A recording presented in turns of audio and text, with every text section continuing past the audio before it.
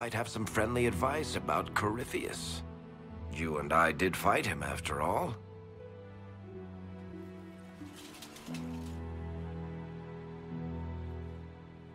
Impressive view. Reminds me of my home in Kirkwall. I had a balcony that overlooked the whole city. I loved it at first. But after a while, all I could see were the people out there depending on me.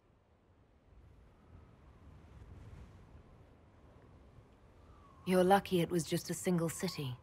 I've got half of Thedas. You're doing everything you can to protect them. Does it ever get any easier? I'll let you know. I don't envy you, Inquisitor. But I may be able to help you. Varric said that you fought Corypheus before. Fought and killed. The Grey Wardens were holding him, and he somehow used his connection to the Darkspawn to influence them. Corypheus got into their heads, messed with their minds, turned them against each other. If the Wardens have disappeared, they could have fallen under his control again. So Corypheus has the Venatori, the Red Templars, and now possibly the Wardens as well. Wonderful. I didn't come this far just to give you bad news. I've got a friend in the Wardens. He was investigating something unrelated for me. His name is Stroud. The last time we spoke, he was worried about corruption in the Warden ranks. Since then, nothing. Corypheus would certainly qualify as corruption in the ranks. Did your friend disappear with them? No.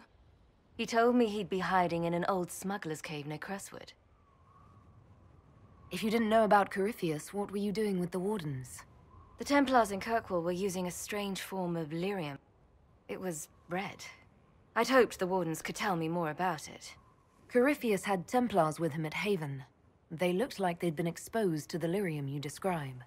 Hopefully, my friend in the Wardens will know more.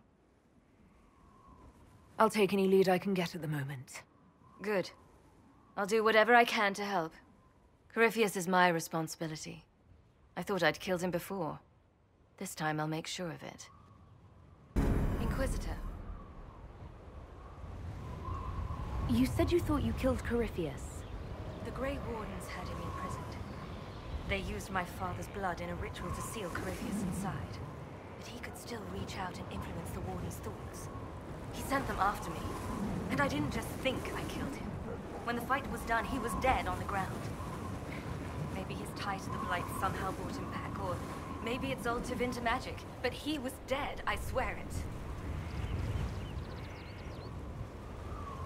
And where did you go after the mages rebelled? I heard the Chantry might be sending an exalted march to Kirkwall to put down the rebellion. We thought that leaving would save lives and force the Divine to divide her forces to hunt for us. But all the circles were rising up by then. We helped a lot of them take that final step.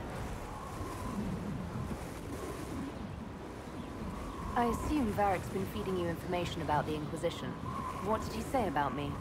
Only good things, I promise. I was a little surprised, actually. Varric isn't one for religion in general, but he thinks highly of the Inquisition. I think the exact phrase was, has a good shot at fixing Blondie's mess. I heard you had family and friends in Kirkwall. Where are they now? My brother's a Grey Warden. I had my friend Aveline take him as far from Relay as possible. When all the Wardens started acting strangely, I had to keep my family safe. I'm never really happy leaving Anders alone. Once I realized Wardens were acting strangely, I had no choice. I've seen Corypheus affect Anders' mind before. If he was involved, I couldn't risk it happening again. I'd like to know more about Anders. What was he like? I don't know if there ever was just an Anders. There was a voice in him, driving him toward justice for the mages. So loud that it drowned everything out, even me. I heard that you two were close. When someone betrays you like that, it takes a long time to get past it. I don't know if we ever have, but I can't just give up on him. He'd be here now if it was anyone after me but the Wardens. Anders used to be a Grey Warden. Whatever is going on with him, I couldn't risk exposing him to it. That went poorly the first time we met Corypheus. We'll talk later. I'll meet you at Crestwood.